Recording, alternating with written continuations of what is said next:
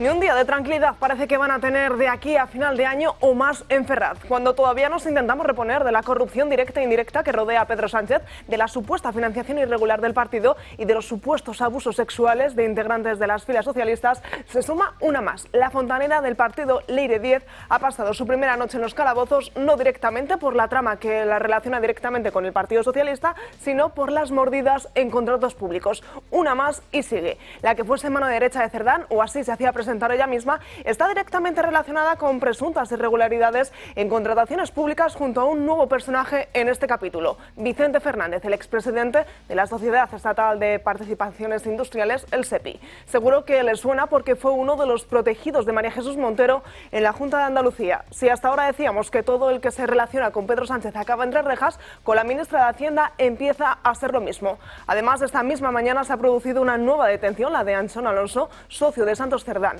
Y es que según la UCO, Leire Díez habría sobrepasado los límites de la legalidad desde que Pedro Sánchez está en la Moncloa. Se enfrenta a 5 delitos graves: tráfico de influencias, fraude, falsedad documental, malversación y prevaricación. Vamos, un totum revolutum que, de confirmarse, la exfontanera, periodista, amiga de, podría pasar muchos años en prisión. Los casos de corrupción se multiplican en el entorno socialista y aunque desde Ferraz insisten en que Díez no es militante, la fontanera estaría dispuesta a hablar contra todo y contra todos con tal de no caer en la fría cárcel de Soto del Real.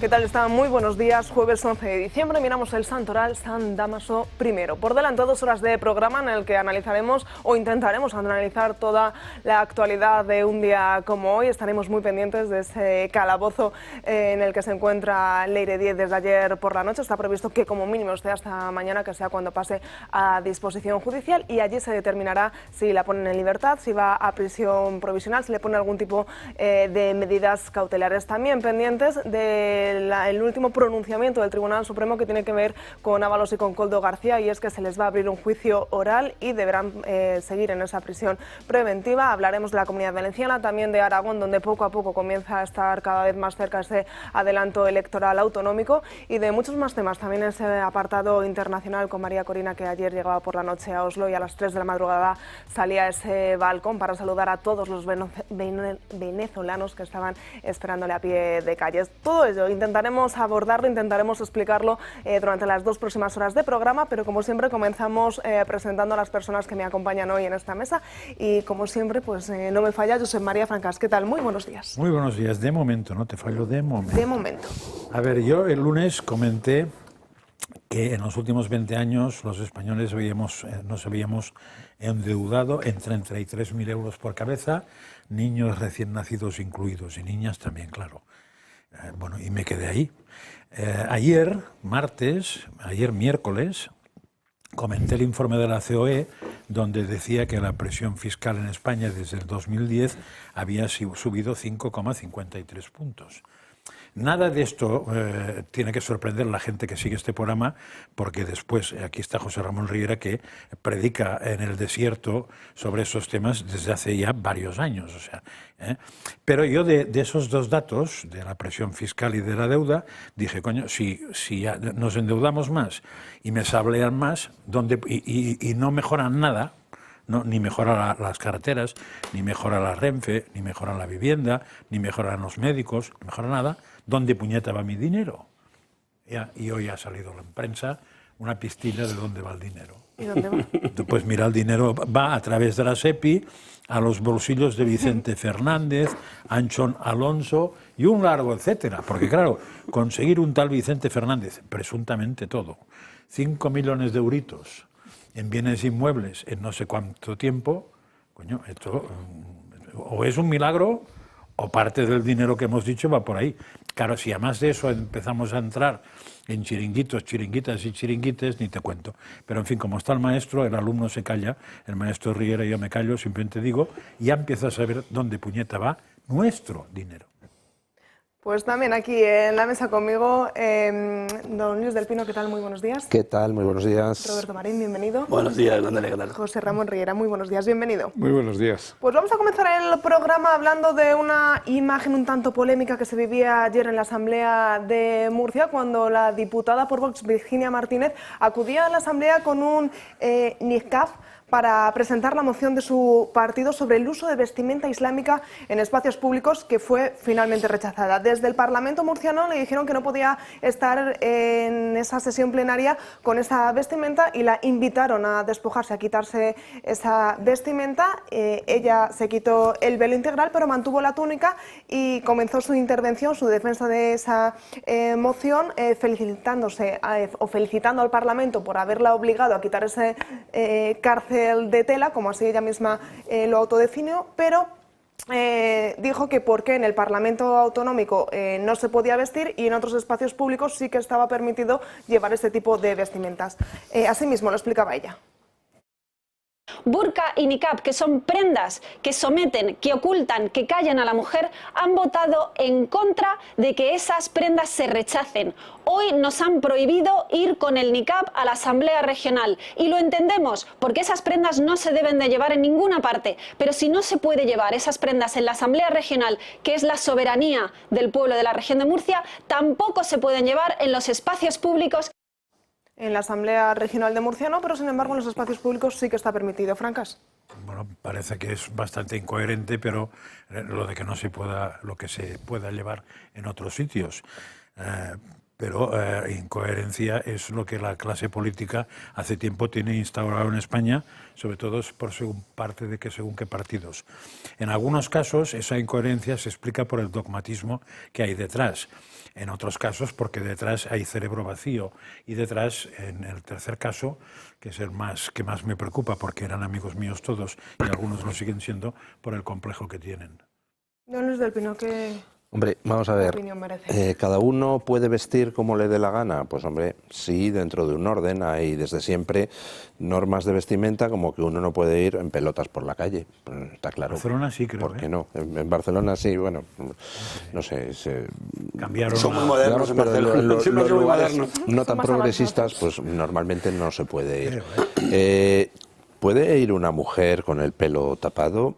Oiga, pues no van las monjas con el pelo tapado por la calle, pero claro, es que esto es distinto, porque las monjas lo hacen voluntariamente y si mañana una monja se quita el velo en mitad de la calle y dice ya no lo quiero, o en su casa decide que ya no vuelve a llevar velo, nadie la va a ir a perseguir, nadie la va a matar, no va a perder la vida por el hecho de haberse quitado el velo, mientras que el velo islámico resulta que hay mujeres que están muriendo hoy en día por no llevar el velo en lugares como Irán.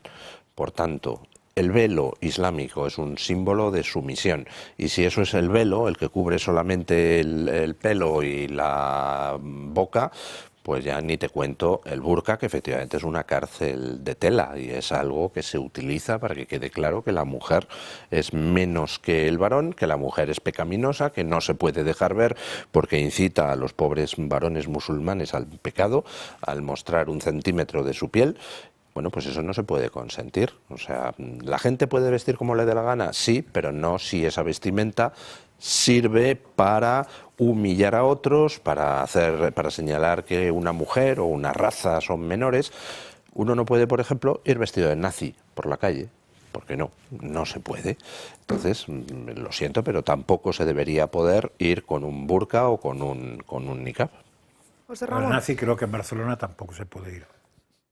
Pero en pelota sí. Pelotas me suena, a ver, me Pero suena. es lo que pedía la moción, que es lo Me que suena que aprobaba, hace 15 o ¿no? Que es lo 20 años que se aprobó debatía. una. Desde Vox eso sí. pedían que se prohibiese el uso de este tipo de vestimentas en espacios públicos. Y se rechazó la... Se rechazó, pero no se la dejó ir vestida Claro, entonces ya- en asamblea. Supongo que también para saber quién era. Porque otra de las desventajas que tiene ese tipo de protección es que te puede No entrar sabes quién cualquiera está en cualquier debajo. sitio sin saber. Porque yo no he visto carnet de identidad de esa gente, también va así de vestidita. Pues ha habido su pelea con eso, Una por supuesto. Claro, No, porque hay una no se serie de permite. trámites, hay una serie de trámites que no se pueden realizar. Es una mancha negra también ahí. No, no, y supongo para que no, hacerse el pero- carnet de identidad forzosamente tienen que mostrar la cara. Pero, Sí, claro, además el requisito es como con un fondo blanco, sin gafas de sol, o sea, cuando te vas a renovar el carnet de identidad te Y lo no puedes ponen... ni llevar el flequillo, Sí, ni además tienes hay que- como que la despejarse gente la se te tiene cara que ver. y el fondo que sea blanco y que te dé la luz y sin gafas de sol, y no sé, sí, hay una serie, además te lo pone. José Ramón, Nunca ¿qué lo he visto. opinión? Como voy Hombre, a para mí, es fotógrafo. decir, el hecho de que una mujer, es decir, sea perseguida por su indumento, o sea, por su vestimenta, demuestra perfectamente, es decir, el que no se la respeta.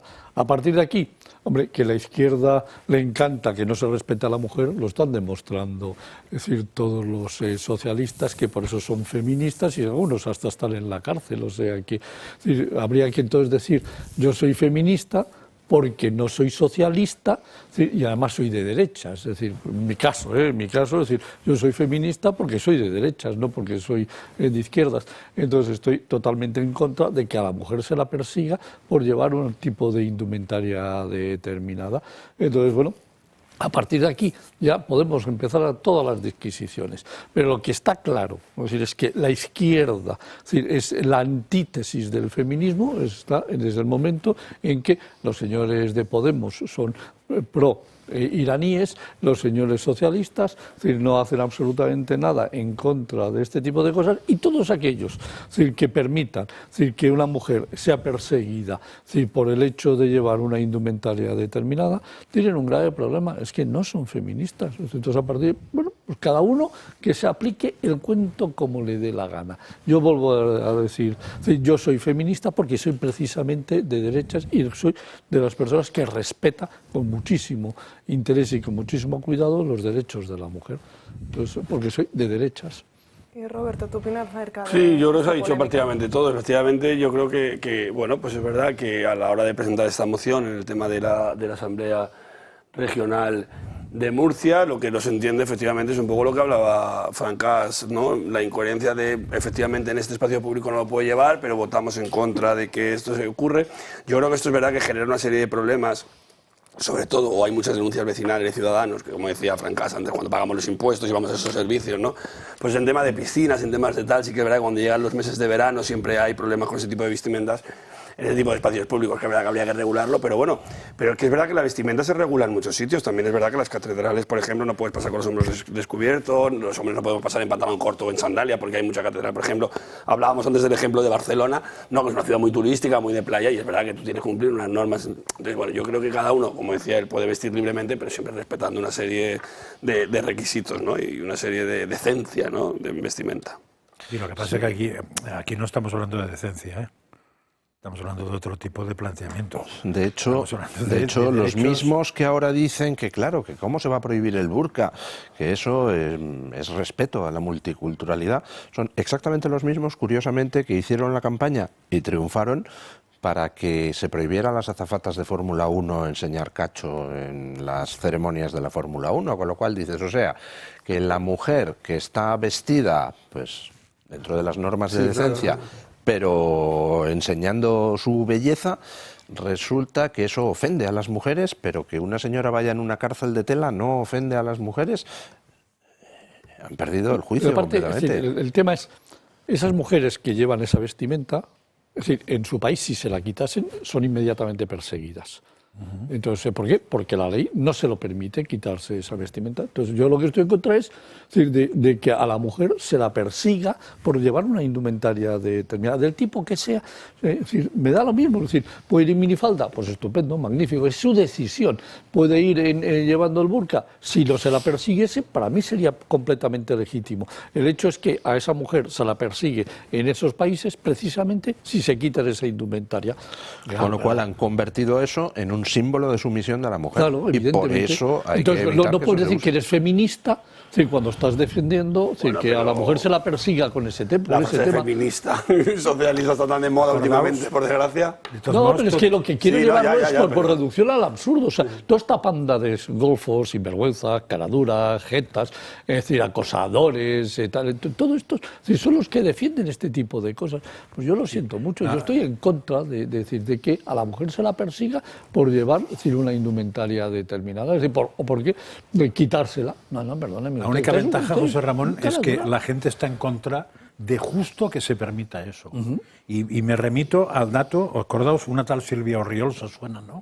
Sí, sí, claro. Que está subiendo en votos como, en fin, como Para un co- desgracia de Junts, como un para cohete. desgracia de Junts. Pues Y del Partido Socialista. Una de las medidas estrellas que implantó es prohibir el burkini en la piscina pública de Ripoll, por ejemplo, que iría muy en consonancia con ese tipo de cosas. Bueno, pues la gente quiere eso, porque le da, no sé si grima, asco o qué, encontrarse con una señora que se baña, pues eso, con burkini. Vamos a seguir avanzando con temas y nos vamos hasta la comunidad de Aragón porque parece que va a haber elecciones autonómicas a la vista. Ayer Jorge Azcón, el presidente de Aragón, y Pilar Alegría, la secretaria general del Partido Socialista en Aragón, mantuvieron una reunión dentro de la ronda de contactos con los grupos parlamentarios que el presidente Azcón está manteniendo para intentar sacar adelante los presupuestos. Jorge Azcón ha descartado la posibilidad de pactar con los socialistas porque no se fía de ellos. Las elecciones en Aragón podrían estar más cerca que nunca, con la fecha puesta en ese 8 de febrero. Tras esa reunión, Pilar Alegría volvía a tender la mano a Jorge Azcón para intentar llegar a un acuerdo, para intentar sacar adelante los próximos presupuestos autonómicos de Aragón para el año 2026 y para, de esta forma, intentar evitar esas elecciones. Aragón necesita presupuestos, no elecciones. Nuestra voluntad y nuestra mano tendida sigue ahí.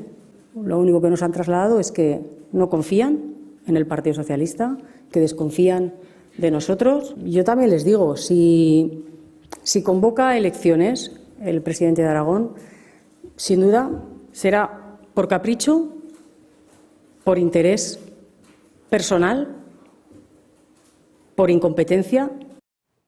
Decía Pilar Alegría que Aragón necesita presupuestos. Roberto, te reías. Claro, porque bueno, pasa así como... Y España, ¿no? Supongo que claro, Pilar Alegría, que está ahora mismo haciendo una rueda de prensa, pues estaba haciendo una rueda de prensa en esas imágenes, en Aragón no tiene nada que ver con la Pilar Alegría que se sienta todos los martes en el Consejo de Ministros y luego da la rueda de prensa. Me imagino que será la misma persona, ¿no?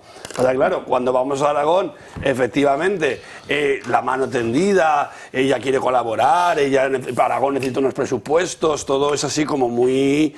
no sé, muy cándido todo, por la expresión, ¿no? Muy cándido, y luego llega el gobierno de España, entonces no hay presupuesto, pero no pasa nada porque se puede gobernar, venga a estirar los presupuestos del año 2023 y demás, y luego, claro, el problema único creo que hay detrás de todas estas declaraciones y esa imagen cándida, ¿no?, que decía de Pilar Alegría, es el miedo que tiene a enfrentarse a las urnas, porque el desplome del Partido Socialista en Aragón va a ser pues casi tan sonado como el desplome del Partido Socialista en Extremadura, pero en Aragón sí me atrevo a decir que quizá un poquito más, porque fíjate ahora con todo lo que está pasando del Me Too, del PSOE, que ahora hablaremos, ¿no?, de esos acosadores sexuales dentro del Partido Socialista, claro, es que ella tiene una foto aterradora, ¿no?, con Paco Salazar, una vez que ya sabía todos los casos. Entonces, claro, eso le va a pasar una factura tremenda a Pilar Alegría. Es verdad que ahora está bajo el amparo de la portavocía del gobierno y ahí sigue, pero claro, cuando ella se tenga que enfrentar a las urnas y sean los aragoneses los que decidan una papeleta a otra, pues esa foto le va a pesar mucho y este comportamiento solo obedece al miedo a las urnas. Fíjate si le va a pesar, que hasta ella se ha dado cuenta de que le va a pesar, cosa que normalmente no justifican ni excusan nada, Claro. Y esta vez ha salido corriendo Claro, diciendo tú que es una fíjate, foto Pilar Alegría que no ofreciendo debía sus haberse veintitantos producido, votos, que no sé tal, cuántos que tal. escaños tiene en Aragón el Partido Socialista, pero veintitantos me parece que tiene, ofreciéndole los veintitantos votos a Azcón, ¿no?, para sacar los presupuestos adelante. Claro, es como, aquí hay un algo después, te pones a buscar un poquito y efectivamente es esa foto con Paco Salazar y ese miedo a las urnas, vamos. Vamos a ver, yo creo que efectivamente en Aragón tiene un miedo enorme el Partido Socialista de que se convoquen elecciones, por una parte por lo que ha dicho don Roberto, de esa foto demoledora de Pilar Alegría con Salazar, que se une a otros episodios demoledores, como su presencia en el parador de Teruel el día que estaba Ábalos, etcétera, etcétera. Pero hay otra cosa en Aragón que juega contra el Partido Socialista, y es que en Aragón el partido está roto. Recordemos que de Aragón era Lambán era un crítico político enorme de Pedro Sánchez. Pedro Sánchez le ha tratado como si fuera una basura, ni siquiera mandó a alguien a asistir al homenaje que al fallecido Lambán se le hace en las Cortes de Aragón. Es decir, se ha comportado Sánchez como un miserable con alguien que, quieras o no, era la cabeza del PSOE aragonés, con lo cual en estos momentos... de la comunidad. El presidente de la comunidad... En el Senado fue el homenaje, ¿no? Lo hicieron otro en el Senado y tampoco fue nadie, ¿no? Sí, no lo sé. Bueno, no sé la institución, pero sí que no fue nadie. Sí, hubo varias, pero que no fue nadie. Es una ahí, bueno, pues para el PSOE sería un suicidio, porque para empezar, buena parte del aparato socialista no iba a hacer campaña a favor de Pilar Alegría, es más, la intentarían boicotear, no me cabe ni la más mínima duda. Pero yo no me creo que la semana que viene vaya a anunciar Azcón las elecciones. El PP no ha caído en la trampa de aceptar los votos del Partido Socialista, que le habría venido fatal, porque sería para el PP un mazazo de imagen el pactar con este Partido Socialista en este momento los presupuestos en Aragón. Así que yo creo que, como Azcón tampoco quiere pactar los presupuestos con Vox, posiblemente vayamos a elecciones, pero no creo que las vaya a anunciar la semana que viene, porque sería muy estúpido. Vamos a ver, va a haber elecciones en Extremadura el 21 de diciembre. Lo normal, lo que cualquier político prudente haría, es esperar a ver el resultado de esas elecciones, porque aunque parece claro que el resultado de Vox y del PP va a ser bueno en Extremadura, oye, pero las urnas las carga el diablo.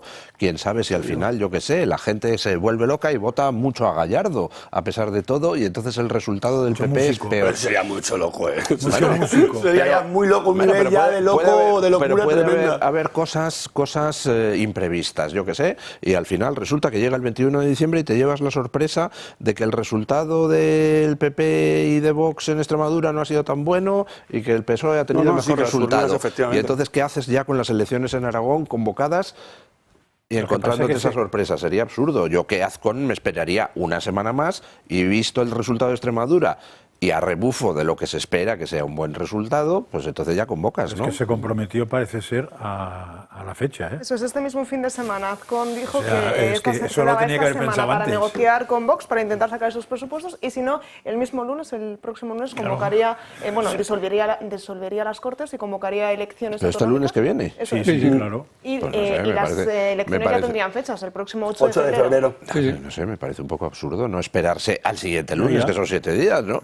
Pero bueno, allá él. No sé, bueno, pero los intereses de los aragoneses en este caso, si no va a haber presupuesto en cualquiera de los casos, pues cuanto antes se convoque todo mejor. A mí lo que me cuesta entender es qué problema tiene para ponerse de acuerdo con Vox. O Vox qué problema tiene para ponerse de acuerdo con él para que haya presupuestos en Aragón. Es lo que no acabo de entender. Porque si en Valencia no ha sido un problema, y Valencia es mucho más problema que Aragón, porque Valencia no tiene ninguna tranquilidad y Aragón tenía todas. En Murcia tampoco ha sido problema. Aquí hay un tema. Tampoco ha sido problema, no acabo de ver. Fíjate, en Murcia no ha sido problema y después se vota en contra alegremente de una cosa así y no pasa nada. Porque una cosa es lo que se pacta para unos presupuestos y otra cosa es la fusión de dos partidos en toda su ideología y en todos sus planteamientos, que no se la pide nadie. Yo supongo que entran mucho en juego las relaciones personales, la confianza que tengan unos en otros. Y hay otro tema que no tenéis que olvidar. Hoy todas las encuestas, hay otro tema que no hay que olvidar. Es decir, hoy las encuestas mejoran a los dos partidos en Extremadura. Es decir, el PP saca más, es decir, Vox saca más, y el PSOE saca menos. Bueno, pues es decir, esto lo están teniendo en cuenta todos los análisis. Hay que corroborarlo tanto con el las PP, elecciones, ¿eh? Bueno, todo claro, el PP y Vox. Pero el PP ya alcanza la mayoría absoluta. No. No, pero pues se queda a pues dos. Yo le hago una predicción. En Extremadura, Vox va a duplicar los diputados que tiene ahora. Y además, Guardiola va a sacar mayoría absoluta. ¿Sí? Sí. Yo creo que el batacazo que se va a meter el PSOE yo creo que sí. va a ser... Pero pues el de Pilar Alegría va a ser casi... O más, yo creo que Pilar Alegría porque... Vox dobla. Prácticamente dobla, Vox prácticamente dobla y Guardiola se queda a dos. Y hay una caída brutal del Partido Socialista. Ya solo eso induce rápidamente a pensar que va a pasar lo mismo en Aragón. Es decir, Azcón va a sacar más diputados, quizás esto se acerque a la mayoría absoluta, Vox va a volver a doblar y se pega otro batacazo el Partido Socialista. Con lo cual, si eso pasa, si eso sucede, si todos los indicadores dan eso, en estos momentos es bueno para el PP, es bueno para Vox el convocar las elecciones anticipadas. Con lo cual, esto es o sea, si esto pasa, y además se materializan los resultados. La siguiente es Castilla y León, sí, que ya viene automáticamente en marzo, y la siguiente es Andalucía en junio.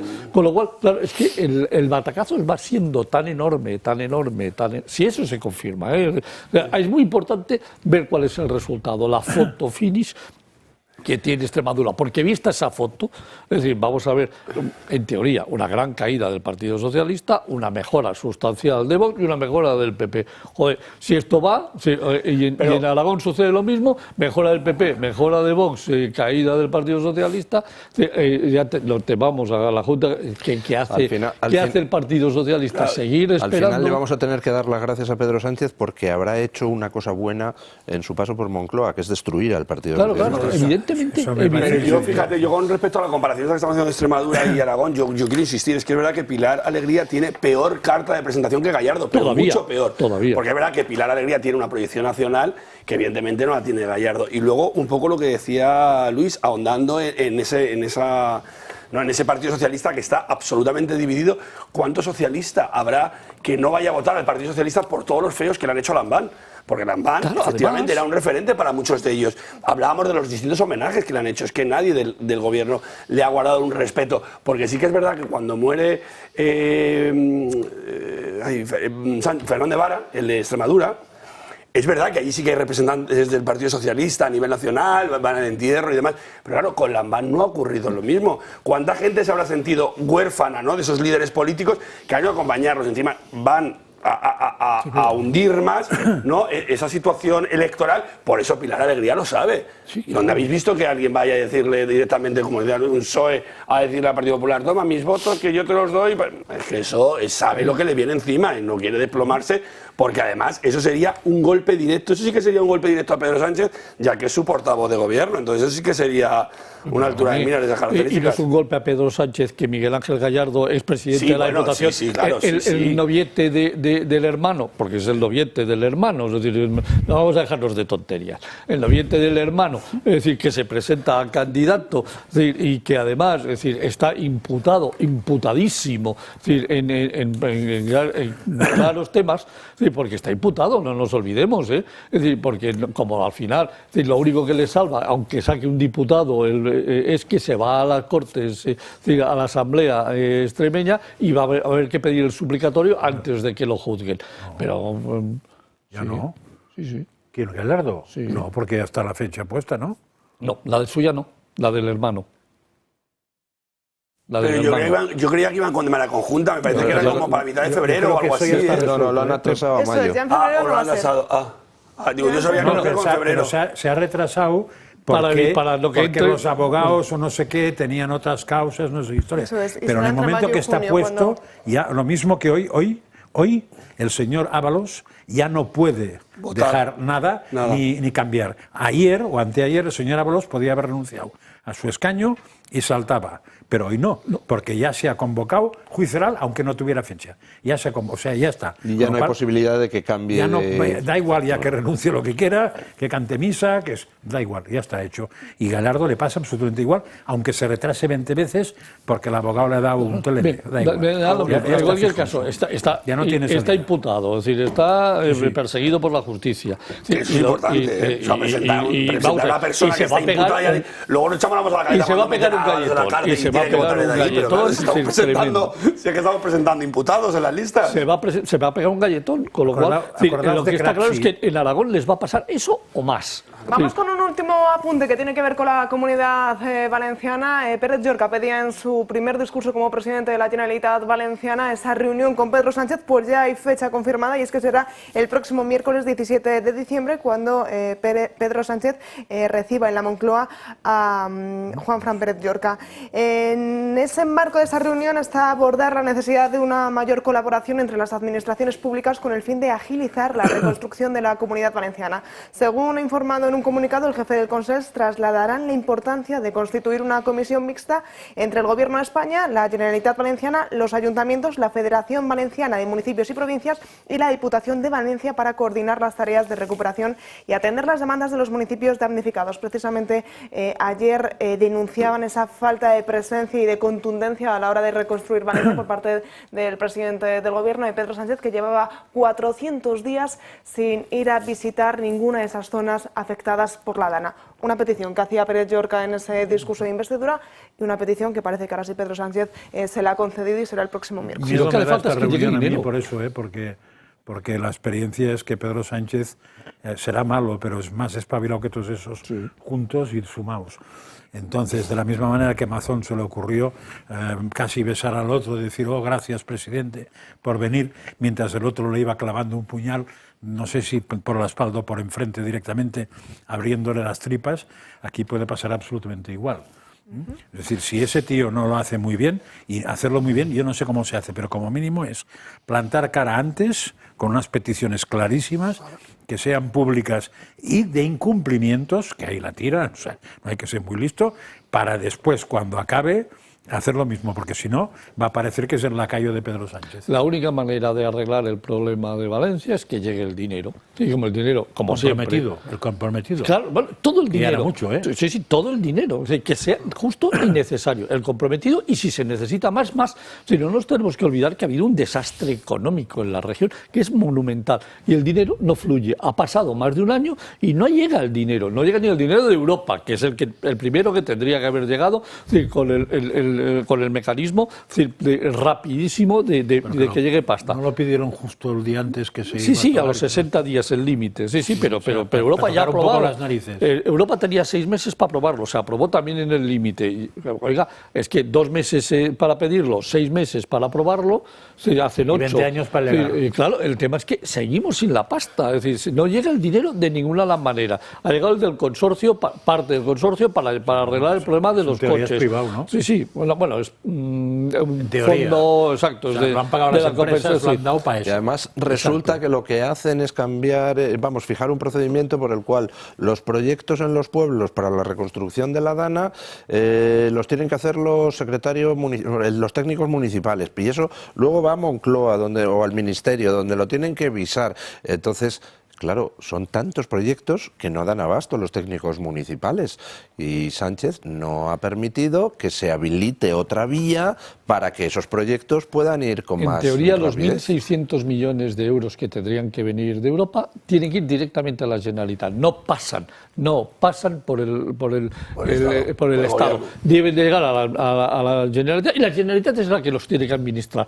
Sí, y aquí pasa exactamente lo mismo. Si el dinero se da a la Generalitat, entonces la culpa será de la Generalitat si no consigue que llegue. Pero el problema está, por lo que nos contaron en el programa especial de Valencia, alguno de los responsables políticos allí, es que, por ejemplo, a Paiporta ha llegado dinero, y ha llegado mucho, pero está congelado en 4 cuentas bancarias, pendiente de que se dé el visado a esos proyectos que los técnicos municipales tienen que ir haciendo. Sí, es decir, que se está utilizando la burocracia para retrasar todavía más el que ese dinero se pueda utilizar. Cuando yo digo el dinero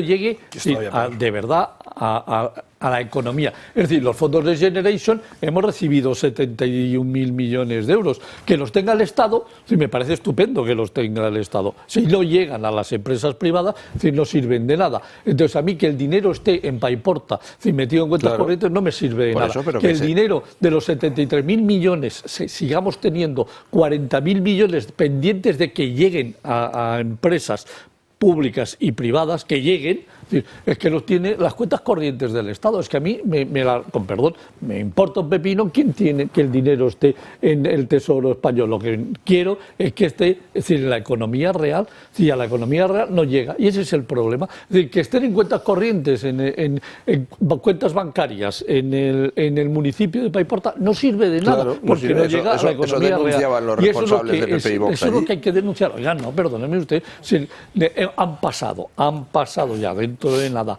Es decir, 14 meses desde el que pasó el problema de Paiporta y siguen sin recuperarse sinceramente la economía real. Se destruyeron muchos negocios que no se han podido todavía poner en marcha. ¿Por qué? Porque no ha llegado el dinero. Entonces, o ponemos mecanismos para que llegue el dinero, no que me digan que es que tenemos ya 3.800 millones en las cuentas es una mera sospecha, pero es lo que pienso, que el PSOE ha estado jugando a hacemos la campaña brutal contra Amazon y contra el PP en Valencia, por dos motivos. Primero, para tratar de que se fije el foco ahí y no nos pidan a nosotros cuentas por lo que hemos hecho en la DANA, el Gobierno Central.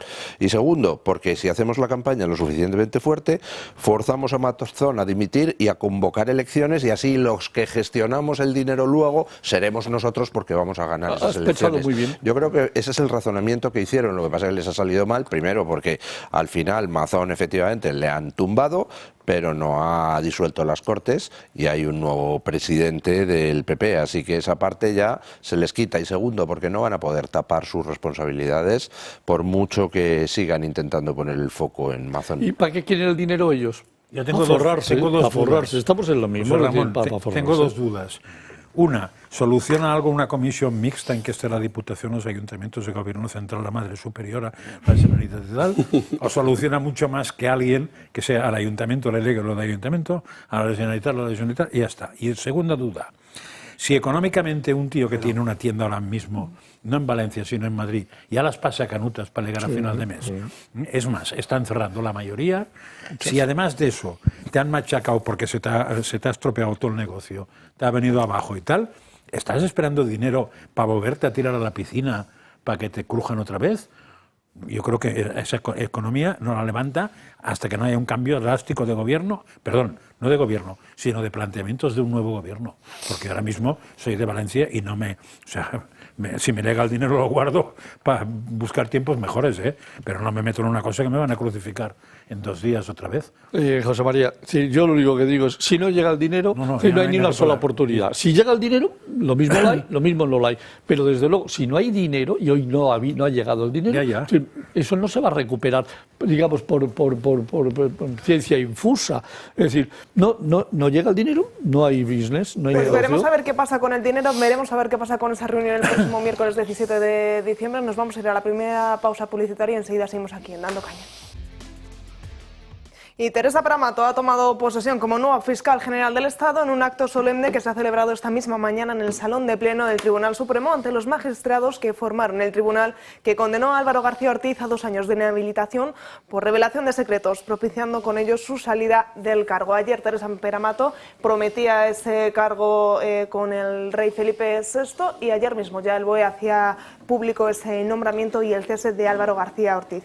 Un tribunal supremo que ha dictado esta misma mañana un auto por el que se acuerda la apertura del juicio oral contra los acusados don José Luis Ábalos, don Koldo García y don Víctor González de Aldama por los hechos que se contienen en el auto, hechos provisionalmente calificados como constitutivos de sendos delitos de integración de organización criminal, cohecho continuado, activo y pasivo, uso de información privilegiada, aprovechamiento de información privilegiada, tráfico de influencias y malversación. Además, se mantiene la situación personal de los 3 acusados en la presente causa, es decir, que continuarán en prisión preventiva tanto José Luis Ábalos como Koldo García, mientras que Víctor de Aldama deberá de comparecer ante el tribunal los días 1 y 15 de cada mes. Y además se requiere a los acusados, José Luis Ábalos y Koldo García, una fianza en la cantidad de 60.000 euros que, de no presentarlo en un plazo de 5 días hábiles, les será embargados bien en cantidad suficiente para asegurar dicha suma. Un auto que no hace más que reforzar esa postura de que José Luis Ábalos tendrá que seguir provisionalmente en esa cárcel, en el Soto del Real, y que hizo que ayer la mesa del Congreso se pronunciase y aplicase el reglamento de la Cámara Baja para suspenderle de sueldo y derechos parlamentarios después de que el Tribunal Supremo hubiese desestimado los recursos presentados por su defensa y la de Koldo García contra el auto de procesamiento dictado por el juez. Ábalos ya no podrá votar en ninguno de los puntos del orden del día. Ayer, por ejemplo, ayer mismo por la mañana sí que había pedido ese voto telemático. La pregunta ahora surge, ¿qué va a pasar con la mayoría del Congreso? Pues de momento esa decisión que corre a cargo tanto del Partido Socialista como de Sumar apunta a que se va a seguir manteniendo ese número de mayoría absoluta sin rebajarse al número de escaños de 349, es decir, que se van a seguir haciendo todas esas cuentas para conseguir la mayoría o no con el número de 350 diputados. Una situación que yo creo que a nadie nos sorprende, como era de esperar. Esa prisión preventiva se va a seguir manteniendo tanto para Koldo García como para José Luis Ábalos, y por fin, bueno, pues la Cámara Baja toma esa decisión de retirarle y de suspenderle el sueldo y que no pueda seguir votando.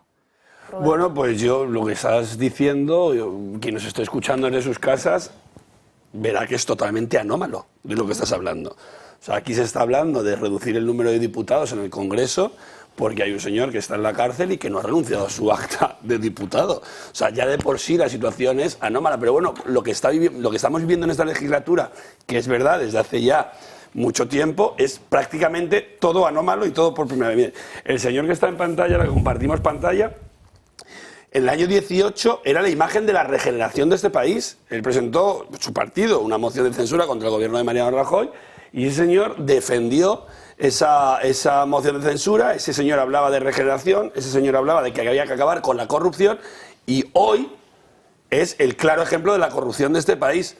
Bueno, el primero que teníamos así como más o menos claro, porque detrás de él han venido unos cuantos, porque claro, desde que él se bajó de la tribuna aquel día, ya tenía todos los negocios preparados, que los estamos viendo ahora cómo se están resolviendo. Por lo tanto, te digo, vienen con muchas banderas, vienen con la bandera del feminismo, vienen con la bandera de la regeneración. Es el gobierno que peor ha tratado a las mujeres, es el gobierno más corrupto que recordamos por todos los poros de todos los ministros de este gobierno y todos los colaboradores de los ministerios. Por lo tanto, yo cuanto menos es decir una situación totalmente anómala, que tendrían que disolver las Cortes y entregarse todos a la justicia, porque es que vamos a terminar antes, sinceramente, que disuelva las Cortes y que se entreguen todos a la justicia. Francas. Bueno, es que no tengo mucho más que añadir a eso, o sea, pero es que vamos batiendo récords de Guinness mañana, pero tarde, siempre, noche. Claro, pero todo es anómalo y nos estamos acostumbrando a algo que yo quiero que la gente que esté en sus casas escuchándonos, que sepan que esto no es lo normal y que no puede ser lo normal por muchas barbaridades que escuchemos. Récords nuevos y de bajada. Claro, es que este señor pida o se plantee pedir el voto para que un diputado del gobierno de las Cortes de España vote desde la cárcel. Eso ya está solucionado. Ya, pero el simple planteamiento te hace ver la situación, o a mí me hace ver la situación en la que estamos viviendo. Que es una. Bueno, es que es totalmente, pues eso, anacrónico. O sea, que no sé, te podría decir 20.000 acepciones, pero. ¿Y si cuela? Ya, pero no, claro, ese es el problema. Yo creo que no lo hace para que cuele, lo hace para seguir mareando. Lo que no acabo de entender es que, en teoría, cualquier mareo de esos exige un mareador, es decir, un abogado o alguien. Claro. Y esto cuesta dinero. Y Ábalos se queja de que no tiene un duro ni para nada, y entonces va gastando dinero. Sí, pero ya le va gastando dinero continuamente en acciones que no van a ningún sitio. Pues así como Koldo me parece que tiene duros suficientes con vender pisos. Yo creo que Ábalos como estrategia política tras estrategia política, ¿no? Yo creo que más que el mareador, claro, pero habrá alguien que esté allí porque a él estas cosas, él entiende que con esos comportamientos o estas peticiones o estas cosas pone nervioso a los que han sido compañeros suyos de partido, aunque ahora nadie le conozca, pero que son los mismos señores con los que compartía escaño hace 4 días. Entonces, ese nerviosismo que puede generar en el propio presidente del gobierno o en los ministros de este gobierno, pues yo creo que es un poco a lo que está jugando Ábalos. Pero que en cualquier caso son todas situaciones anormales. Sí, excepcionales y anómalas. De todas formas, yo voy a romper una lanza por Ábalos. Lo que ha pedido en esta ocasión, que era que le dejen seguir votando desde la cárcel telemáticamente. Solo ayer. Bueno, pero que valdría para otros casos futuros. Porque él sabía que en el momento que se la mesa juicio oral, inmediatamente caían todos sus derechos como diputado. O sea, lo pidió para ayer exclusivamente. No, si se abre juicio oral no caen todos sus derechos como diputado. Sí, todos. Solo le queda una cosa, que sigue siendo diputado. Sí, el resto, todo ha desaparecido. Pero esos derechos han colado la mesa. Ya ha desaparecido. Pero sigue siendo diputado. Sí, pero no puede ni votar ni cobrar. No puede votar nada, nunca, jamás, hasta que se solucione su situación. Pero la petición que había hecho para ayer pues podía haber tenido su Bueno, a ver, trámite. era el último pleno, el siguiente pleno será en febrero, eso era es. evidente que no, porque en medio le iban a meter el juicio. O sea, el planteamiento ahora lo que viene nuevo es que la pelota está en la mesa del Congreso. Yo creía que solo decidía la mesa del Congreso. Yo creía que él pedía y decidía la mesa del Congreso cómo actuar, pero no caían todos sus derechos por el simple hecho de... Caen por el reglamento propio del Congreso, propio Congreso. o el Estatuto del Diputado, o no sé exactamente sí, bueno, lo que está regulado, puñeta, es un reglamento. o la ley de penal de no sé qué. Pero En el momento que tienes claro. juicio abierto, deja de cobrar, o sea, ayer dejas de fue su último día que cobró. También es verdad que en la cárcel sueles gastar poco, en general, a no ser que tengas muchos vicios, pero sueles gastar poco. Digo yo, vamos, y no puede votar más. Entonces, ahora el problema está en si cambian la mayoría absoluta o no el Congreso de los Diputados. Y eso tendrá que resolverlo a la mesa. Parece que hay precedentes para poder hacerlo, pero no lo tengo claro, que fue HB, que como no iban, se cambió para que no computaran. También es verdad que la diferencia es muy sutil, porque lo único que pasa, si está él, con que Junts tiene que votar, se puede abstener, y si no está él, tiene que votar que sí. Yo creo que eso da igual, porque cuando sabes que eres la llave, cobras, te da igual que por una cosa que por otra. O sea, una vez que te echas al monte, te da igual de manera que de otra. Si necesitas un coche, da igual que te alquile un 600 que un Mercedes. Te cobraré lo que me dé la gana y tú pagarás lo que estés dispuesto a pagar porque necesitas ir en coche. Si existe el precedente cuando la época de HB, que no iba al Parlamento, pues se aplicará exactamente lo mismo aquí. Sí y tampoco sería tan escandaloso, ¿no? No. Bueno, ya después de tantas, ¿no? Ya... En Cataluña lo que se hizo eso una vez, pero no por la cárcel, sino por un accidente grave de una persona, fue que la otra parte, la parte contraria, porque esa persona fue de Convergencia, no sé si fue el Grupo Socialista que siempre dejaba uno fuera, para que eso no desequilibrara, pero esto ya hace falta tener muy buenas relaciones, amor y fraternidad, y nada de muros como ocurre ahora, para que lo haga alguien, porque no hay por qué hacer eso, pero se hizo eso. La decisión es, ¿se acepta el 0,5% como superior o se quita? Porque 349 diputados dividido por 2 más 1 son 175,5. Es decir, la mayoría absoluta son 175,5, con lo cual, ¿qué haces con el decimal? Como 5 no existe, son 176, de hecho. Entonces, yo creo que como el 0,5 normalmente es un redondeo siempre al alza, seguiría siendo 176 la mayoría absoluta. Con lo cual, da lo mismo que esté a Ábalos que no. O sea, está claro que con 175 no tienes mayoría absoluta. 175 no tienes mayoría con absoluta. 175,5 sí. Está pero claro, como el medio no vale, se supone que es al alza. Normalmente se redondea al alza. Pero es que no se supone, es que sigue la razón entera. Con 175 no la tienes. Con 176 sí. Pues por eso seguiría lo mismo. Pues ahí está la seguiría exactamente. No hay que redondear ni arriba ni abajo. ¿La tienes o no la tienes? Vamos con otro escándalo, el que se producía ayer por la tarde-noche cuando detenían a Leire Díaz, esa fontanera del Partido Socialista, junto con el expresidente de la SEPI, Vicente Fernández. Han pasado la primera noche en el calabozo, está previsto que hoy también duerman allí y mañana ya pasarán a disposición judicial donde se determinarán los cargos o si pasan a prisión preventiva o no. La Guardia Civil ha detenido este miércoles en Madrid a la exmilitante socialista Leire Díaz y al expresidente de la Sociedad Española de Participaciones Industriales, Vicente Fernández, por presuntas irregularidades en contrataciones públicas. Se trata de una operación en marcha en la que los agentes han actuado por orden de la Audiencia Nacional, en el marco de una causa que dirige Antonio Piña, titular del Juzgado Central de Instrucción número 6, bajo secreto de sumario y en la que también participa la Fiscalía Anticorrupción. Una investigación distinta a la que el número 9 de la misma instancia realiza contra Leire Díaz por presuntos delitos de tráfico de influencias y de cohecho. Ambos detenidos se encuentran tras su detención en los calabozos de la comandancia de la Guardia Civil de Tres Cantos y mañana pasarán a disposición judicial, momento en el que deberán resolver si se les envía a prisión o si se acuerdan medidas cautelares menos lesivas como la retirada del pasaporte, la prohibición de salir del territorio nacional o las correspondencias periódicas ante el juzgado. Por esta nueva causa, la fontanera del PSOE se le imputan 5 delitos: tráfico de influencias, fraude, falsedad documental, malversación y prevaricación. Las pruebas giran en torno a la etapa de Leire Díez en una empresa tecnológica y los contratos públicos que pudo haber obtenido, teniendo en cuenta que la exmilitante socialista fue consejera de la sociedad Cistec Technology de octubre de 2021 a mayo de 2023. Un dato a destacar es que Vicente Fernández trabajó con María Jesús Montero en su etapa de la Junta de Andalucía como interventor general de la Junta de Andalucía entre febrero de 2016 y junio de 2018. Pero la trama no acaba en la fontanera del PSOE y Vicente Fernández. También han detenido en Vizcaya a Antxon Alonso, el máximo responsable de Servinavar, a la vez que se registran más empresas. Parece ser que a Leire Díaz y al exconcejal socialista no les valía con estar presentes en una sola trama de corrupción, que han decidido aparecer en una segunda y distinta a la anterior. Veremos quién será el siguiente en aparecer. Pues de momento 3 detenidos y hasta el momento se han practicado 19 registros en 19 empresas diferentes.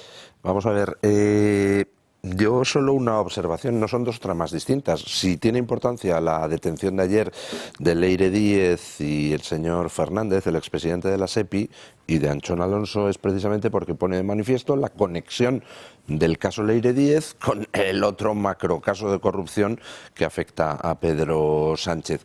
Estamos hablando de que se ha detenido a alguien que fue presidente de la SEPI, a alguien que junto con Leire Díez parece que maniobró contra la jueza Laya y contra la empresa denunciante del caso Aznal Collar.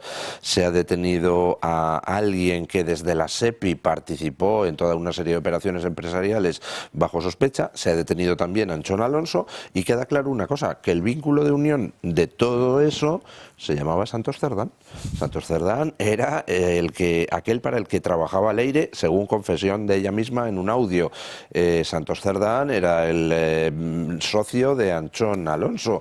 Santos Cerdán era el que con el de la SEPI, pues parece ser que estuvo organizando determinado tipo de pelotazos. Y ojo, porque se ha registrado hoy en USA, la empresa nacional del uranio. España es ese país donde resulta que nuestro gobierno prohíbe extraer uranio del subsuelo, pero tenemos una empresa nacional del uranio. Es una cosa brutal, donde por supuesto está colocada una docena de cargos socialistas cobrando una pasta y por donde pasó Leire Díez. Tuvo allí uno de los puestos que el PSOE le puso a dedo a esta señora. Así que vamos a ver qué es lo que sale, pero... Y recuerda que una ministra, que no sé quién es, dijo que en España no había uranio. Una ministra de este gobierno... La Sara Agesen, sí. Sería, exacto, Sara Agesen, que en teoría es la experta en el tema. Sí. Vamos a irnos rápidamente a una pausa publicitaria y a la vuelta seguimos debatiendo sobre Leire Díez y toda esta nueva trama o trama conjunta que no hace más que acorralar al Partido Socialista. Tarde seguimos aquí en directo dando caña y continuamos analizando esa última hora que pasa por Leire Díez, por el registro de prácticamente una veintena de empresas y hasta el momento 3 detenciones. Francas. Sí, pero que es curioso que solo haya 3, porque levanto la mañana abriendo locales e inspeccionando cosas. A ver, a mí lo que me chocó mucho, y a Luis lo veía muy claro, pero a mí me chocó mucho cuando ayer oí que habían pillado al aire, habían detenido y estaba en Tres Cantos, que no está muy lejos de aquí. Yo dije, ¿y qué tiene que ver? O sea, ha sido por el tema del fiscal o tal. Y cuando vi que en teoría no tenía nada que ver con lo que había estado haciendo Leire hasta ahora, dije, pues el chico no tiene vergüenza. Porque si estás... O sea, vamos a suponer que hay que suponer que es verdad. Por lo que ayer la detienen es porque ha hecho algo que no debía. En el tenor de cosas de la detención de ayer, es decir, en chollos de empresas y todo esto. Entonces, si tienes esta biografía, ¿cómo se te ocurre ir a amenazar, o sea, ser la que va a amenazar? Yo al menos mandaría, si va a dar la cara, a ver, si yo mando un esbirro para que mate, por ejemplo, a alguien de aquí, mandaré al más malo que sepa matar muy bien. Pero si tiene que ser un tío que amenace, pero con cierta gracia, mandar a alguien que esté limpio, digo yo, para que no me líen todo. Entonces no entendí el planteamiento. Cada vez me parece todo más tipo barrio bajero. Vamos. Estaban absolutamente convencidos de su impunidad. Ya, pero hay que ser un poco listo, ¿eh? Bueno, ya, pero vamos a ver, ¿cómo es posible que el presidente de la SEPI Es decir, le pillen ahora con el carrito el helado de 5 millones de euros de patrimonio en inversiones inmobiliarias. Pero pagando Tocateja. Sí. Ya. No, que tiene más gracia. Sí, no. Y porque que además... Si tú compras a Tocateja no se entera nadie. Y que además, es decir, no te han hecho ninguna inspección la agencia tributaria por incremento de patrimonio que tengas que justificar. O sí, y no lo han filtrado, que como no es el novio de nadie conocido, a lo mejor lo han filtrado. Lo que tienes que pagar por un incremento de patrimonio de 5 millones de euros no te quiero ni contar, porque es decir, si son ingresos atípicos, te van directamente a la declaración de IRPF. 5 millones de euros, tienes que pagar el 48% de impuestos. Es decir, tienes que pagar 2,5 millones. Es decir, hombre, no suena a que ya han hecho una paralela. O sea, aquí, decir, que levante la mano el que no le han hecho una paralela por 300 euros. Yo no la voy a levantar porque me las han hecho y varias veces. O sea, que, vamos a ver, es una vergüenza. Es decir, lo que está pasando en este país es todo. Es decir, estaban absolutamente convencidos de la impunidad absoluta. Es decir, de no les iba a pasar nunca nada. Y claro, poco a poco, si resulta que los jueces, la UCO, no sé, menos mal que tenemos a la Guardia Civil y a la unidad afortunadamente, menos mal que los tenemos y que siguen ahí. Y ayer los detienen a estos, bueno, por orden de un juez. O sea, no es que los detenga la UCO porque les salga de las narices, ¿no? Sino que detenga usted a estos porque... Pero parece que, según informa el país, parece que es la UCO. La UCO va a un juez y me parece que es el país porque lo contó ayer. Sí, claro, pero el juez tiene que decir... pero que la UCO va, exactamente, los detiene ayer porque está un juez favorable a que les detengan. Toda una historia muy peculiar que contó Julio ayer en El Gato de Alicante. Cosa que no es normal, porque normalmente la información que se da nunca se especifica tanto, pero esta vez, para degradar un poco el hecho, se ha intentado explicar como si la UCO fuera, porque el juez ya estaba conchavado, o sea, insinúa mucho. Si no hay un juez por el medio, aquí no se detiene a nadie. El juez tiene que ser el que autoriza. La UCO pide y el juez... Perdón, no es la UCO. Fiscalía Anticorrupción pide al juez y el juez es el que... La Fiscalía Anticorrupción, con un informe de la UCO, le pide al juez. Pero antes ha dicho algo don Josep María Francás, pues curioso, que es que, hombre, ¿a quién se le ocurre, puestos a hacer operaciones guarras en la cloaca, a quién se le ocurre mandar a una que luego estaba pringada con otros temas donde ella había participado en chorizadas económicas, ¿no? Yo es que creo que tienen un problema, incluso aunque ella no tuviera chorizadas económicas, es que han mandado a una que parece Mortadelo y Filemón, porque ha ido a presionar no sé qué y al final la ha grabado todo el mundo, o sea, es la espía más tonta del mundo. Pero es que tienen un problema, fijémonos, primero, el reclutador, es decir, Cerdán, pues hombre, así entre usted y yo, tampoco es Einstein, ¿eh? Con lo cual, alguien que no es precisamente inteligente tiende a elegir colaboradores menos inteligentes que él. Y en segundo lugar, es que estamos hablando de gente muy choriza y muy mafiosa. Y claro, incluso dentro del Partido Socialista, pues tú puedes coger a cualquiera para encargarle operaciones sucias. Pues no, porque dices, uy, a ver si este me va a grabar, a ver si este no es de fiar. El número de gente de la que estos tíos, precisamente por ser tan mafiosos, se fían, es muy reducidito. Más que nada porque si no luego coges, te fías de alguien y luego te presenta denuncias por acoso, te sale rana y todas esas cosas. Entonces, bueno, es que a lo mejor no tienen otro material más bueno. ¿Y un bufete de abogados? Sí, pero... Que sabes que tiene secreto profesional además, con lo cual parte de lo que tú negocies no podrá decir. No sé, o sea, es que nunca me he pensado cómo ser muy malo, pero supongo que si pensara cómo ser muy malo, lo primero que preguntaría es a mucha gente para no meter la pata en ser muy malo.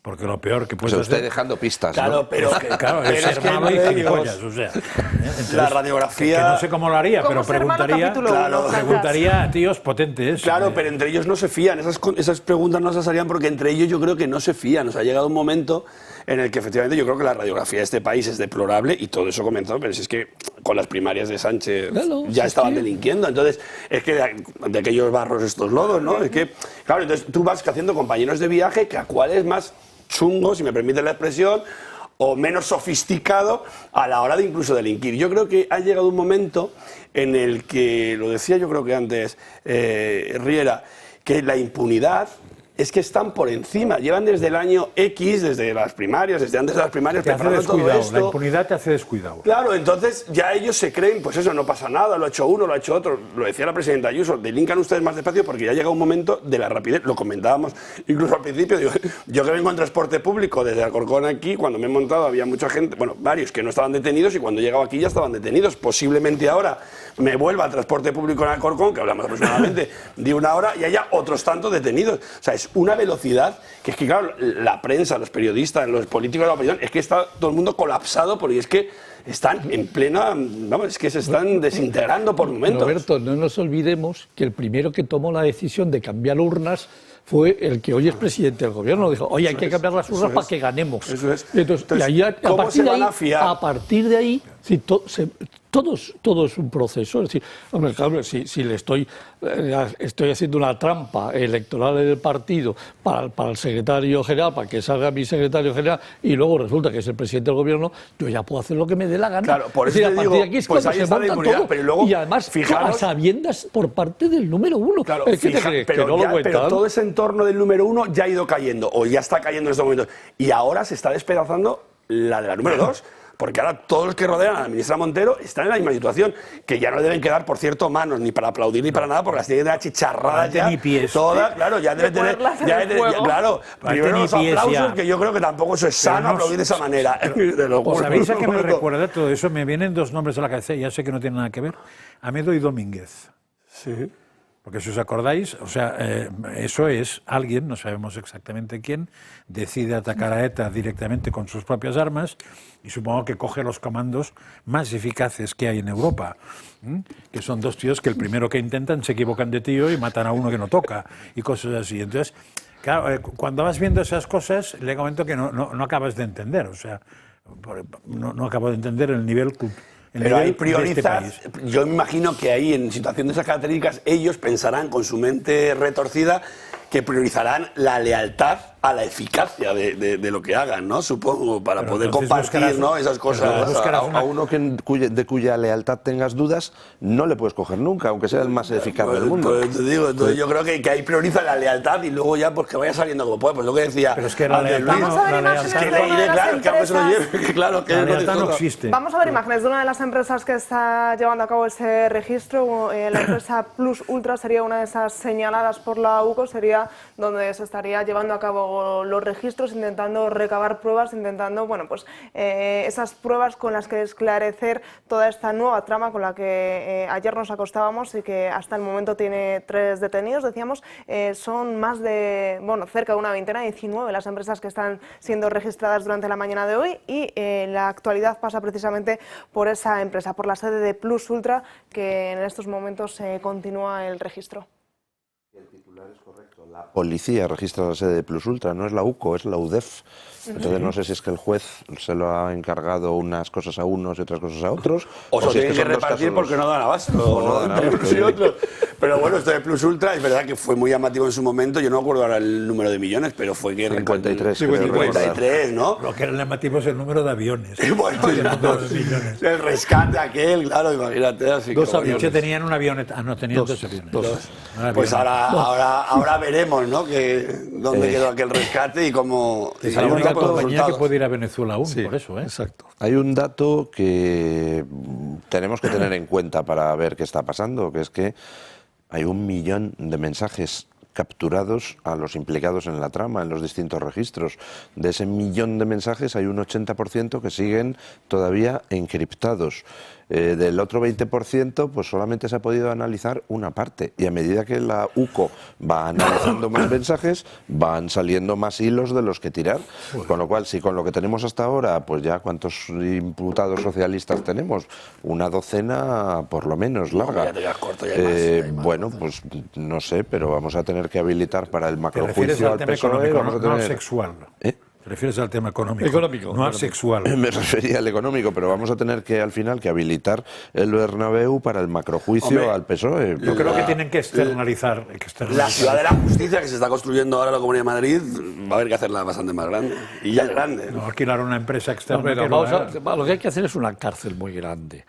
Es decir, porque mientras tanto van a empezar a entrar en la cárcel, que hay que ampliar todo el Había un oyente es que no había otro remedio. Además, con una sección especial que le llamen Casa Pedro Imputados, es decir, porque aquí van a ir todos los amigos de Pedro. O los ex amigos. Bueno, conocidos. Decía una colaboradora de esta casa, doña Rebeca Argudo, con mucho sentido común, las mujeres siempre son prácticas, que realmente, visto el panorama, lo que hay que hacer es poner barrotes fuera de Ferraz y dejar como cárcel todo el interior, ¿no? Porque acabamos antes. Sí. Hombre, podríamos ponerlo también en Moncloa, ¿no? Yo creo que ya puestos que hay 1.800, casi 2.000 personas, entre asesores, amiguetes... Moncloa hay que conseguir que cambie el inquilino. Vamos a dar una pequeña tregua a los telespectadores, también aquí en mesa, para no seguir hablando del Partido Socialista, y abrimos por primera vez en el programa de hoy esa página internacional para hablar de Israel, y es que se cumplen 2 meses de ese acuerdo de paz con el que se intenta llegar a esa paz definitiva entre Israel y Gaza. Para hablarnos de esta situación vamos a conectar en directo en estos momentos con Sasa Macha, que es un español que vive en Israel, que nos va a contar cómo está esa situación, cómo se están viviendo esos 2 meses. Sasa, ¿qué tal? Muy buenas tardes. ¿Qué tal? ¿Cómo estáis? Gracias por tenerme el programa de vuelta. Decíamos, 2 meses desde que se firmase esa primera etapa, ese primer paso de paz entre Israel y Gaza. ¿Cuáles son las sensaciones desde allí? Sí, actualmente está en un punto bastante delicado y un punto crítico. Como sabes, habían 48 rehenes, 20 vivos y 28 muertos que tenían que volver, y afortunadamente volvieron todos los rehenes vivos, que fue una tremenda alegría para toda la gente aquí en Israel, y volvieron 27 de los muertos. Falta uno y esto es lo que realmente queda entre la fase 1 y la fase 2. Mientras que vamos ya avanzando Israel junto a Estados Unidos para entrar a fase 2, sigue la presión para que vuelva el último rehén, Rangvili, porque Israel actualmente teme de que si no vuelve antes de la fase 2, pues será muy difícil de que vuelva para un entierro que necesita su familia. Así que eso es lo que ahora diferencia la fase 1 de la fase 2. Mientras tanto, la fase 2, el punto más importante, es el del desarme de Hamás. Ellos, cuando aceptaron el acuerdo, aceptaron a su desarme voluntario, pero evidentemente todos sabemos de que Hamás no va a querer desarmar voluntariamente, y ya lo han dicho. De hecho, esta semana el líder de Hamás dijo de que no van a ni abandonar sus armas ni van a abandonar su deseo de destruir al Estado de Israel. Así que esto es algo que ni Israel, ni Estados Unidos, ni la región pueden aceptar, y se están viendo posibles fórmulas de llegar a un desarme. Una de las opciones, voy a empezar con obviamente la menos realista y la menos deseada, es que se vuelva a la guerra, pero eso nadie quiere. En Israel no quieren volver a un estado de guerra porque ya hemos sufrido demasiado en estos 2 años, y es una posibilidad que realmente sería el peor caso. Otra opción es la fuerza de estabilización, que las Naciones Unidas ya la aceptaron, fue aprobada. Irónicamente, en las Naciones Unidas es a lo mejor lo único que han hecho para avanzar paz en Gaza desde que entró la guerra, y esta fuerza sería compuesta por países moderados árabes y sus tropas que entrarían a Gaza y se encargarían de mantener la paz. Pero el mayor problema con esta solución es de que muchos de los países no quieren mandar soldados para realmente luchar contra Hamás. Lo que preferirían sería, ya cuando hay un desarme, entrar y ser un poco más los que mantienen la paz, no los que tienen que entrar a los túneles y luchar contra los monstruos de Hamás. Así que esta opción es la que fue aprobada por las Naciones Unidas, pero ni Hamás ni los países a lo mejor van a ver esto realista. Hamás también dijo que cualquier fuerza internacional que entre a Gaza, incluso fuerzas árabes, sería una ocupación. Así que Hamás hace todo para intentar seguir en poder. Y la tercera opción es la más realista, que se está flotando entre Estados Unidos e Israel, que sería dividir Israel y Gaza, dividir Gaza en 2, la solución de prácticamente 2 estados, pero a versión micro, y lo que sería es el lado amarillo que sea reconstruido, el que actualmente es de Israel. Israel poco a poco saldría y dejaría un gobierno tecnocrático en el lado que actualmente es israelí, y que se mantenga al lado de Hamás, bajo Hamás.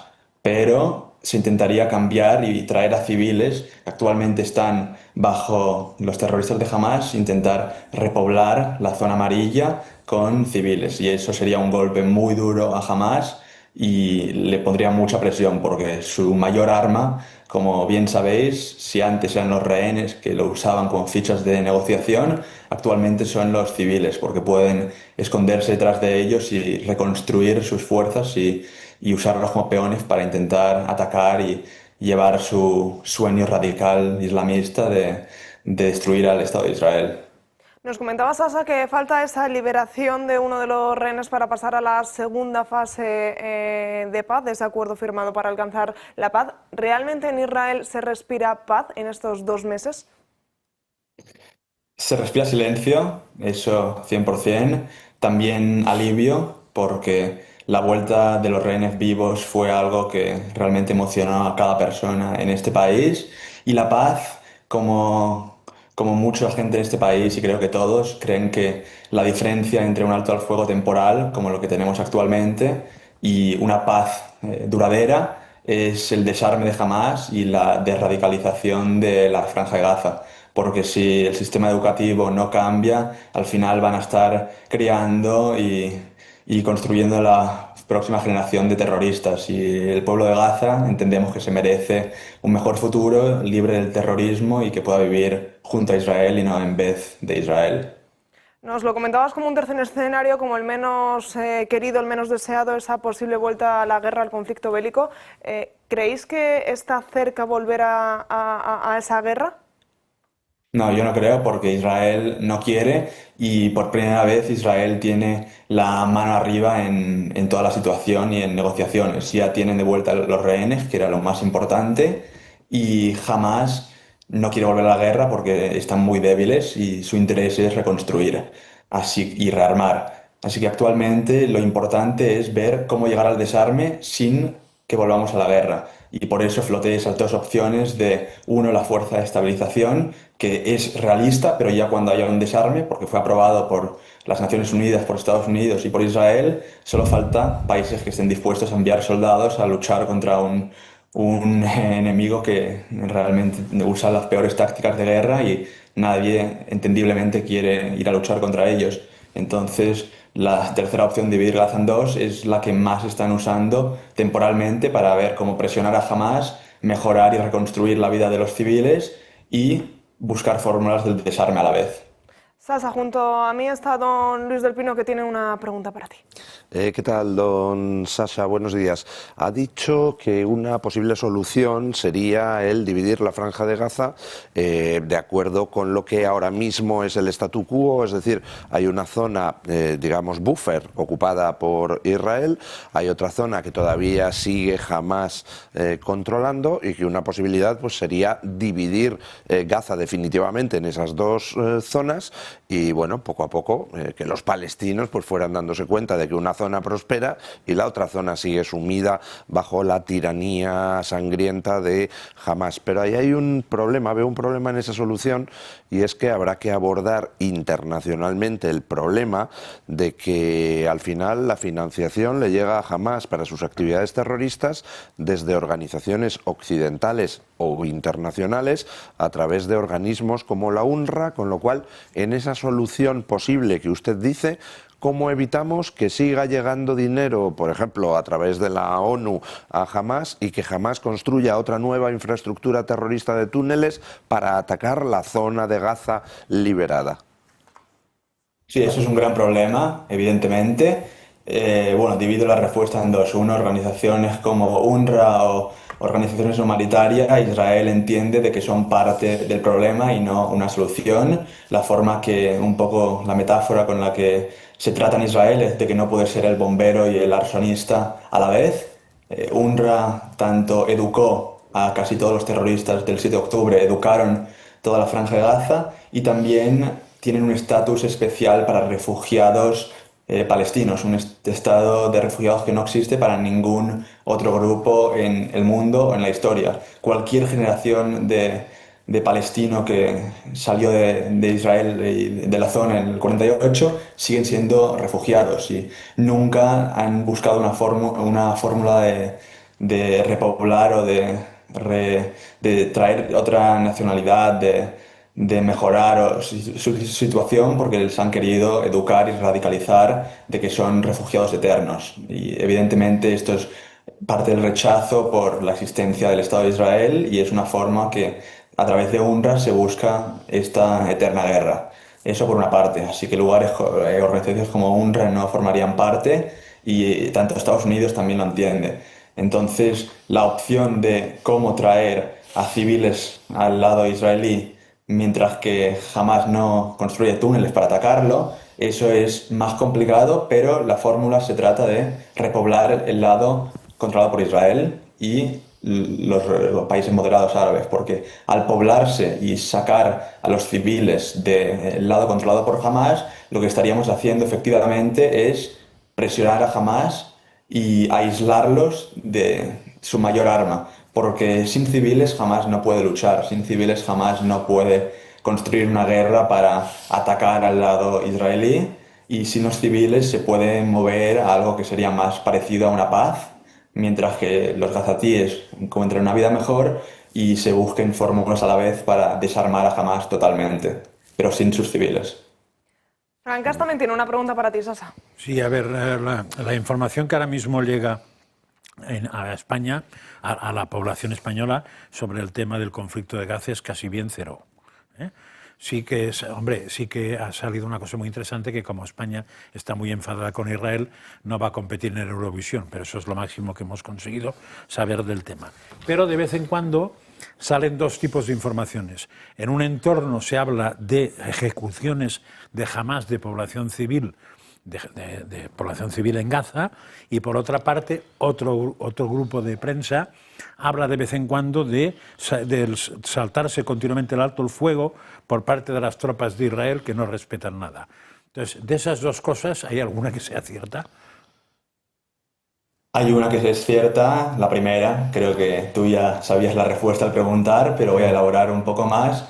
Es muy triste que al final la población en Gaza sufran a manos de un régimen terrorista que han hecho su vida una miseria, que han iniciado una guerra sin sentido, con un solo objetivo de destruir a Israel, y han realmente creado una situación catastrófica humanitaria para su población. Jamás, al ser el gobierno de Gaza, creen de que no tienen ninguna responsabilidad sobre su gente y les dejan en la miseria.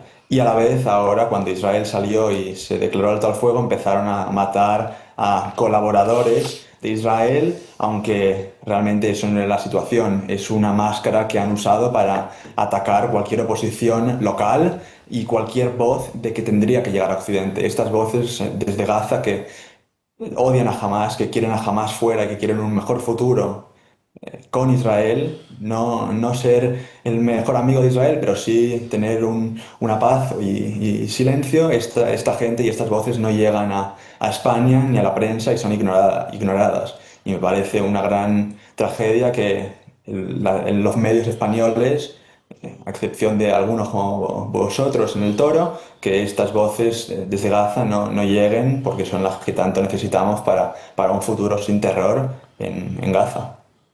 Pues Sasa, como siempre, muchísimas gracias por traernos la última hora de lo que estáis viviendo desde Israel. Gracias.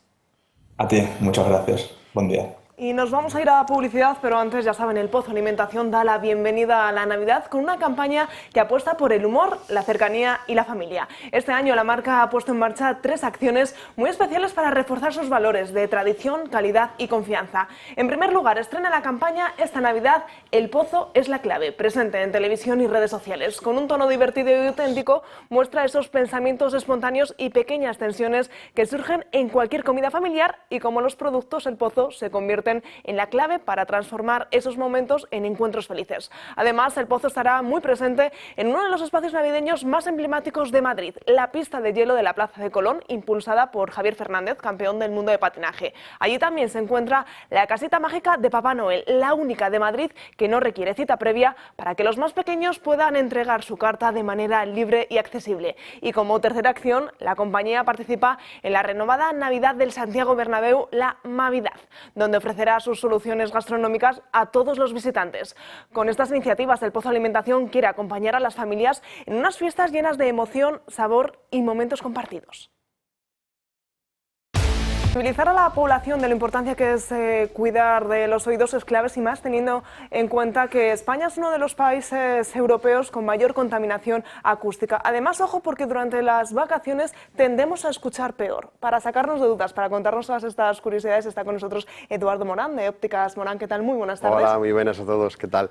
Pues sí, la verdad es que lo sabemos, los latinos es lo que tenemos, reuniones, ruido, tal, y las personas que llevan audífonos, que en muchos casos son mayores, cuando van a ver a los nietos, van a ver a los hijos, pues claro, no tienen la misma sonoridad que cuando lo tienen en su casa o en su hábitat normal, de trabajo o de estancia algo más tranquilo. Entonces hay que reajustarlo. Los audífonos es lo bueno que tiene y ahora es lo que hacemos, o sea, todos estos días, cuando, oye, pues me voy a ir a estar unos días en casa de mis hijos o van a venir al revés, vienen a casa un montón.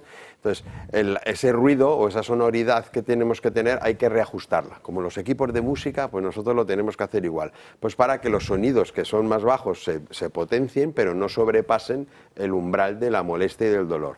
Porque muchas veces cuando se lleva audífonos, si se sobrepasa esa amplificación, lo que se hace es oír peor, porque nos estamos oyendo, nos distorsiona y molesta en ese sentido. Entonces es muy importante que en estas épocas, lo decimos también cuando en la píldora estas que hacemos aquí los jueves, lo suelo recordar antes de Navidad, digo antes de verano en ese sentido, ¿no? Porque son los momentos en que nos cambiamos de nuestro hábitat normal y queremos oírles, queremos ver, como digo, a los hijos, a los nietos, entenderles bien, y eso simplemente es un ajuste. Entonces nosotros hacemos como una revisión específica en el que se mira el conducto auditivo para ver si hay cera, eso, para que no se nos...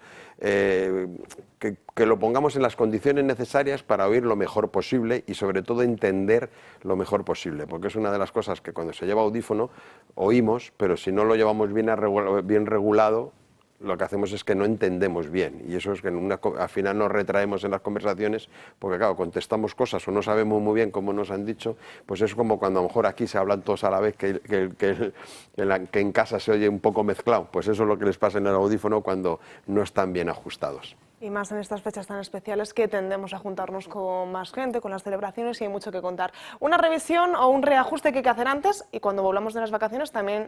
Para volver a esa normalidad. Los más modernos que ya vamos poniendo, o sea que si se tiene que hacer un audífono es una buena época, porque ya vienen con diferentes canales. O sea que nosotros simplemente el propio usuario, dando un botoncito, pues cambia un ambiente. Pues hay gente que dice, bueno, es que a mí me gusta la música clásica y voy a conciertos o voy a misa y ahí la sonoridad es muy aguda, porque los audífonos hay mucho eco y mucha reverberación en ese sentido. Entonces, dando el botón, ecualiza, que se llama, o sea, ajusta el audífono a esa sonoridad y no tiene que pasar por la óptica. Pero nosotros ahora realmente cuando vienen al establecimiento lo que hacemos es una revisión un poco específica y luego, por supuesto, cuando vuelvan se les ajusta a la sonoridad más de su día habitual en ese sentido. Como siempre, Eduardo, ¿qué promociones, qué descuentos, qué ventajas tienen todos los telespectadores del Toro Televisión? Como siempre, nosotros tenemos todas esas revisiones que son gratuitas, los ajustes que haya que hacer los hacemos, ¿de acuerdo? Tenemos luego el 2x1, o sea que comprando los dos audífonos, lógicamente, solo pagamos uno a todos los que son miembros del club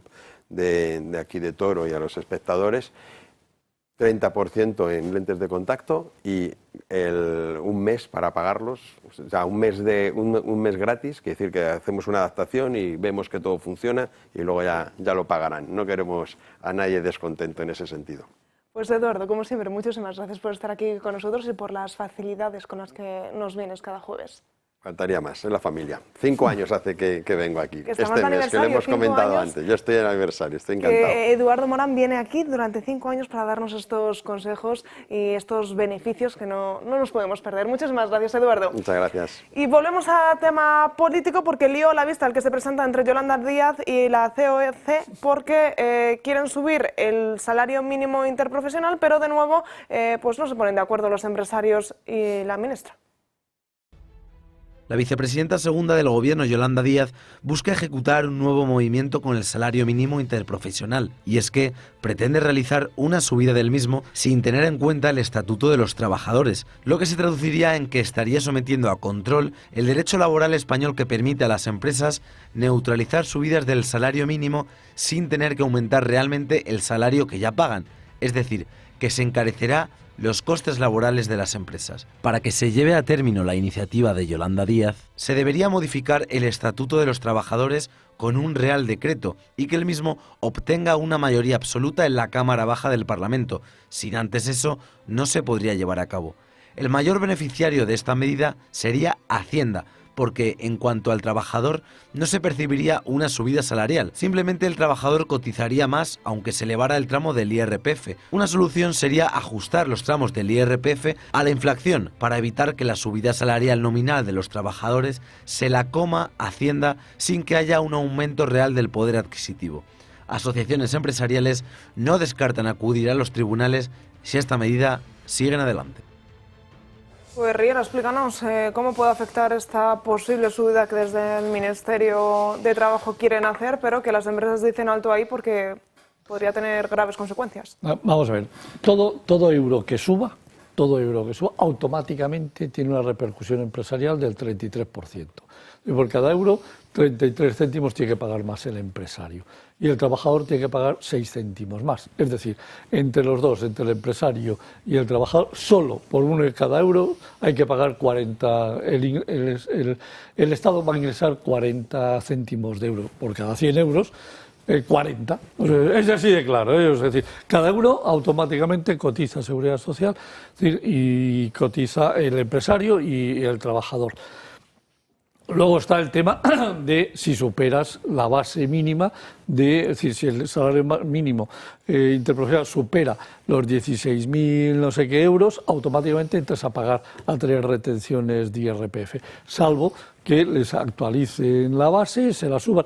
Claro, de actualizar la base, es decir, en definitiva, deflactar el baremo del IRPF significa solo proteger, es decir, al resto de trabajadores que están, es decir, en el salario mínimo interprofesional. Pero es que los que llevamos en economía muchos años, digo, oiga, pero perdónenme ustedes, han subido los precios desde que está Pedro Sánchez un 25%, no han deflactado ni una sola vez. Quiere decir que muchos de los trabajadores de base pequeñas, 18.000, es decir, han pasado a pagar 22.000 y automáticamente han saltado de base de retención y están pagando mucho más de retenciones simplemente porque es decir, la inflación se ha aplicado a los salarios generales en subidas. Es decir, en estos momentos la inflación ha subido un 25%, los salarios han subido un 21 y pico por ciento, datos del INE.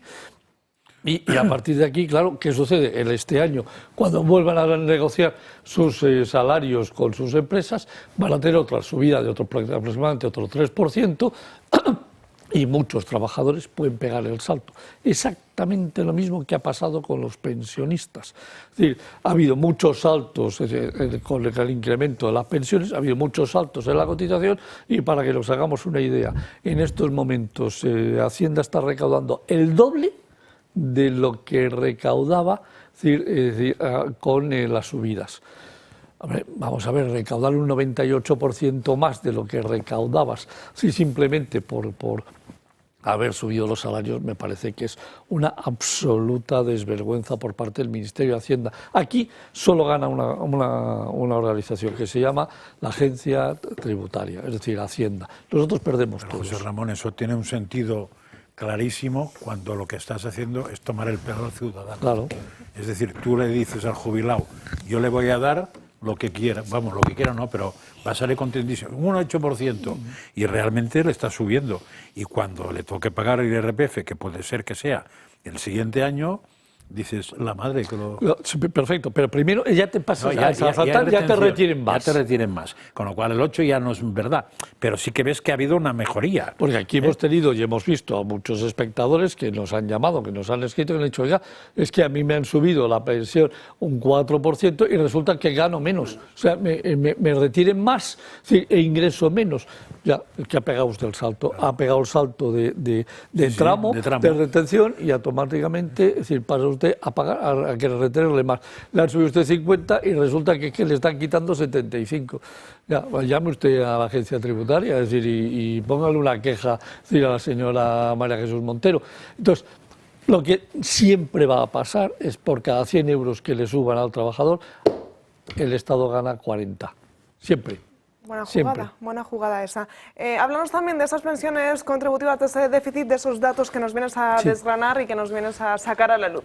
Sí, vamos a ver, hoy lo que he querido hacer, como ya tenemos 10 meses de historia en lo que va de año, he querido hacer un análisis simplemente de las contributivas, es decir, la seguridad social, es decir, entre sus gastos tiene pensiones contributivas, pensiones no contributivas, incapacidad temporal, lactancia y embarazo, ingreso mínimo vital y algunas otras con menores gastos. Pero es decir, no quiero que veamos, si hoy hablemos de la seguridad social, porque la seguridad social ya sabemos que está quebrada.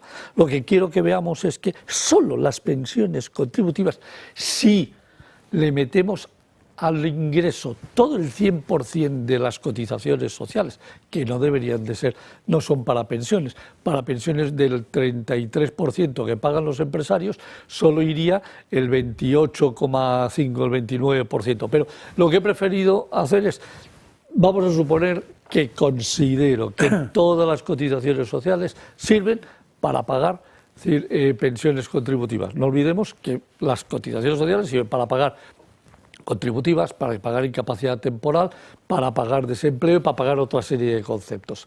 He cogido solamente unas cuantas comunidades, porque si no, no podíamos ponerlas todas. Primero, solo Madrid y las Islas Baleares están en positivo, es decir, con todas las cotizaciones sociales, Madrid y Baleares pagan las pensiones contributivas y generan un superávit. Y todo el resto de comunidades generan un déficit. Con las pensiones contributivas a 31 de octubre suman 141.000 millones, los ingresos por cotizaciones sociales suman 104.500, quiere decir que tenemos un déficit de las pensiones de 36.446 millones de euros. En esas comunidades, en la suma de esas comunidades. De todas las 17 comunidades. Vale. Pero lo que quiero que veamos son cosas que llaman mucho la atención. Mirad, cotizaciones sociales. Madrid ingresa 20.842 millones.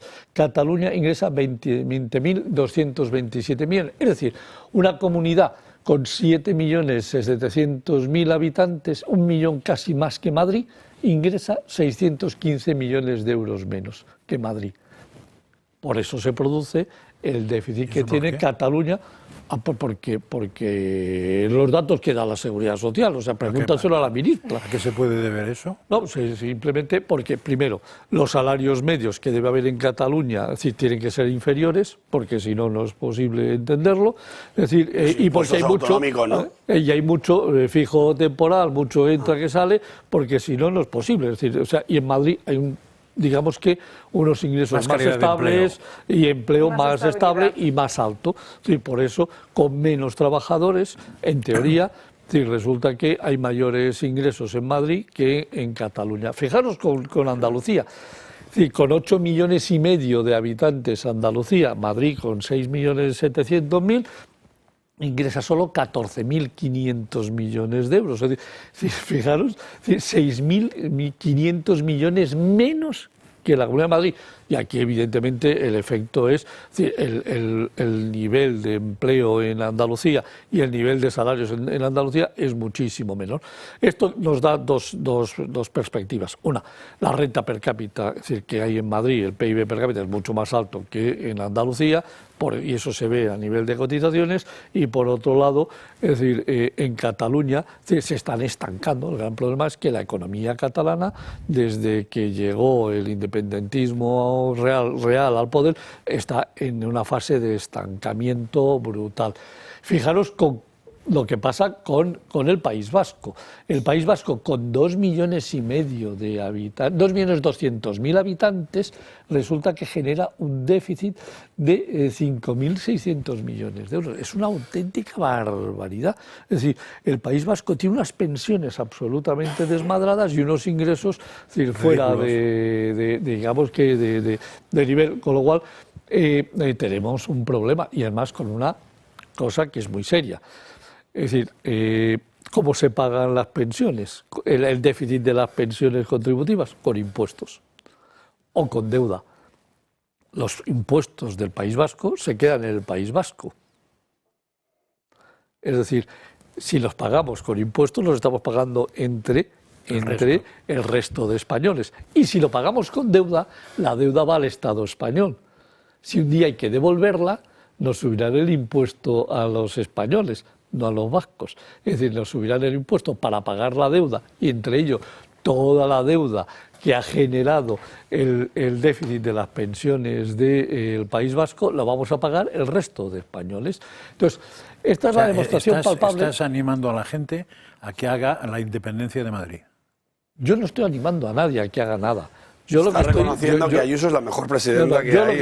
Lo único que hay que montar un partido nacionalista para ir a la independencia de Madrid. Cosa que apoyo. Yo lo que estoy mostrando es la realidad económica de lo que está pasando en este país. La llamada puñetera realidad. Claro, es que si no somos conscientes del problema que tenemos, no podremos ponerle solución a este tema.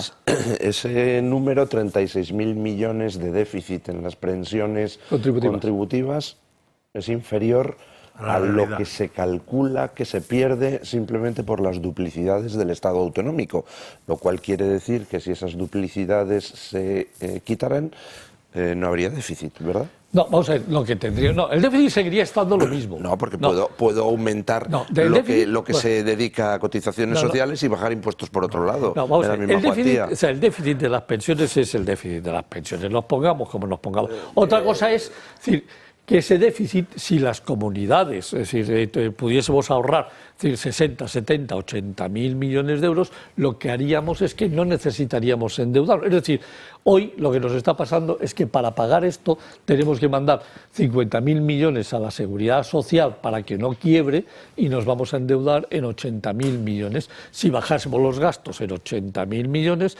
todavía podríamos seguir pagando todo esto sin problema y tendríamos un superávit en nuestra economía de 30.000 millones que podríamos hacer bajar impuestos, deuda, por ejemplo. bajar impuestos para que la economía genere más puestos de trabajo, bajar cotizaciones sociales porque me lo podría permitir para que los empresarios aumenten y generen más puestos de trabajo o bajar deuda. Yo propondría aumentar cotizaciones sociales y bajar otros impuestos a los empresarios de forma que la operación fuera neutra y de esa manera no hay déficit. Me da lo mismo bailar con tú que bailar con él, que decía mi abuela. Es decir, me da lo mismo. Es decir, aquí lo que hay que hacer es llegar a un acuerdo en cómo esto se puede pagar. Hoy el problema que tenemos es que lo dice ya la AIREF, lo dice la OCDE, lo dice el Fondo Monetario Internacional, lo dice el Instituto, la consultora Mercer, lo dice FEDEA, lo decía el Banco de España, aunque ahora ya no lo puede decir porque está Escrivá, lo dicen ya el 80% de los economistas que tienen sentido común. Es decir, esto no es sostenible. Mi primer artículo publicado en el debate en marzo el primer artículo fue sobre presupuestos, pero en marzo del 22 yo anuncié que estábamos entrando en la quiebra de la Seguridad Social. Han pasado camino de 4 años, 3 años y medio largos. Esta es la demostración palpable de que solo las pensiones contributivas, se nos están llevando por delante la Seguridad Social. Si a esto le metemos el ingreso mínimo vital, le metemos la incapacidad laboral temporal, le metemos las pensiones no contributivas y le metemos todo lo que está pagando la Seguridad Social, el déficit real de nuestra Seguridad Social se rondará o superará los 52.000, 53.000, 55.000 millones de euros. Esto no es sostenible. O sea, tenemos que hacer una reforma, sí o sí, a nuestro modelo actual, porque si no, el día que no podamos endeudarnos, adiós, toda la mierda. No podemos pagar las pensiones. Una reforma y una reflexión importante sobre esta situación. Riera, como siempre, muchísimas gracias por traernos estos datos que tanto nos cuesta ver y que nos afecta directamente, y más esa deuda, ese déficit, que es para tenerlo en cuenta. ¿No? ¿El qué? Alegrarnos la semana. No, sí, yo no pretendo molestar a nadie. Es para pincharte. Si yo lo que quiero es que la gente sea consciente de dónde está, es decir, y que hay que hacer cosas, y que hay que hacer cosas, muchas cosas, por arreglar los problemas que tenemos. Es que si no, el día que haya un problema de deuda, de podernos financiar con deuda, automáticamente entramos en default. Es que no podemos pagar. Y lo primero que no vamos a poder pagar ni van a ser ni los salarios públicos, y en los cuales están los médicos, los profesores, etcétera, ni vamos a poder pagar las pensiones, porque son dos de los gastos más importantes que tiene el Estado ¿Puede ser que español. estemos devolviendo intereses de deuda con deuda? Claro. Vale. No, por supuesto. Es que es muy interesante eso. Vamos. Sí, hace desde el 2008 sí, lo que se llama el saldo primario, es decir, el déficit de público quitado en los intereses de la deuda sigue siendo negativo, es decir, estamos en déficit, con lo cual quiere decir que para pagar los intereses necesitamos endeudarnos, si no, no los pagaríamos. Está muy bien eso. ¿Cuánto pagamos en intereses al año? Este año vamos a llegar a 45.000 millones de euros. El solo año pasado, en intereses. Solo en intereses. El año pasado estuvimos en 38.000. Con ese dinero daría para cubrir el déficit de las pensiones contributivas. Claro. Vale. Sin amortizar nada, ¿eh? Sí. Pero es que, claro, como todos los años nos endeudamos más. Y en teoría que el precio de dinero ha subido. Vamos a ver, el otro día lo estuve explicando. Sí. Es decir, ya estamos en el último mes de la estimación de este año, es un 2,6 de media, es decir, que estaba en un 1,8 en el 2021 cuando el BCE compraba toda la deuda y a tipo cero. Ahora ya no. Ahora ya 45.000 millones nos vamos a meter entre pecho y espalda este año. Y el gobierno quería hacer un presupuesto expansivo. En octubre hemos pagado la bromita de 11.000 millones de intereses en octubre. Vamos a dejar este apartado económico, que veo que si no se pone a llorar Franca, si no queremos eso, y si no vamos enlazando una cosa con otra y daría para horas de programa. Y vamos a volver a abrir la página internacional porque tenemos que hablar de María Corina Machado, que ayer no pudo recibir ese premio Nobel, lo recibía su hija, pero sí a las 3 de la mañana salía a ese balcón para dirigirse a todos los venezolanos que esperaban su tan ansiada llegada. Por supuesto que voy a volver a Venezuela. El gobierno venezolano me habría hecho desaparecer si me hubiera encontrado estando en Venezuela, así que conozco exactamente los riesgos que estoy corriendo. Pero yo dije al pueblo venezolano que estaría en el mejor lugar si sirviera para nuestra causa, y ese lugar es Venezuela. Pues ahí estábamos escuchando esa entrevista que ha concedido a la BBC en la que hacía hincapié en su vuelta a Venezuela. Ya saben ese problema que tenía, no tanto para salir de Venezuela, sino la problemática para recibir ese premio estaría en su regreso al país. También se ha pronunciado sobre esta salida de Venezuela el propio Nicolás Maduro. Me impresionó ver tan importantes personalidades de la vida en Noruega y del Comité de Paz de Oslo opinando contra la agresión militar de Estados Unidos a Venezuela, contra la nazifascista criminal de la Sayona. Y ahora sí, escuchamos a María Corina Machado a su llegada a Oslo y cómo era recibida por todos los venezolanos. María Corina.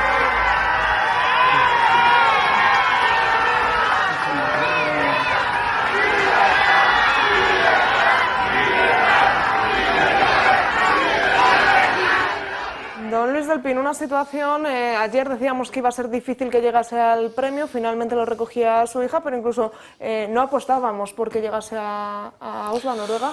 Sí, al final ha llegado. Yo solo dos cosas. Uno, viendo a Maduro uno tiende a pensar este tío es un payaso y corremos el riesgo de blanquear a alguien que es un dictador, es un torturador, es un asesino y es un ladrón al por mayor. No nos olvidemos nunca de eso, que su payasería no nos oculte al personaje. Y segundo, ayer cuando se entregaba el premio Nobel a María Corina Machado a través de su hija, no había ni un representante del gobierno español ahí. Qué puñetera vergüenza de gobierno tenemos. Francas. Ni uno. Eso es un hecho. Además es muy interesante porque todas las televisiones por la mañana, todas, habían elucubrado en que era muy interesante la decisión de Corina de no ir al premio Nobel, porque así no tendría problemas para volver y podía salir en... Lo digo porque a veces es prudente explicar las cosas cuando han pasado y no adelantarse a imaginarte lo que va a pasar, porque por la noche apareció con lo cual ahora de todo lo dicho hay que tragárselo todo con patatas y todo lo que se alababa a María Corina Machado ahora habrá que desalabarla por haberse ido ahí. Entonces igual es mejor callarse, ¿no? Los silencios, uno es dueño de sus silencios y suele meter la pata siempre que dice las cosas en voz alta, sobre todo si es mediocre de sesera. Roberto.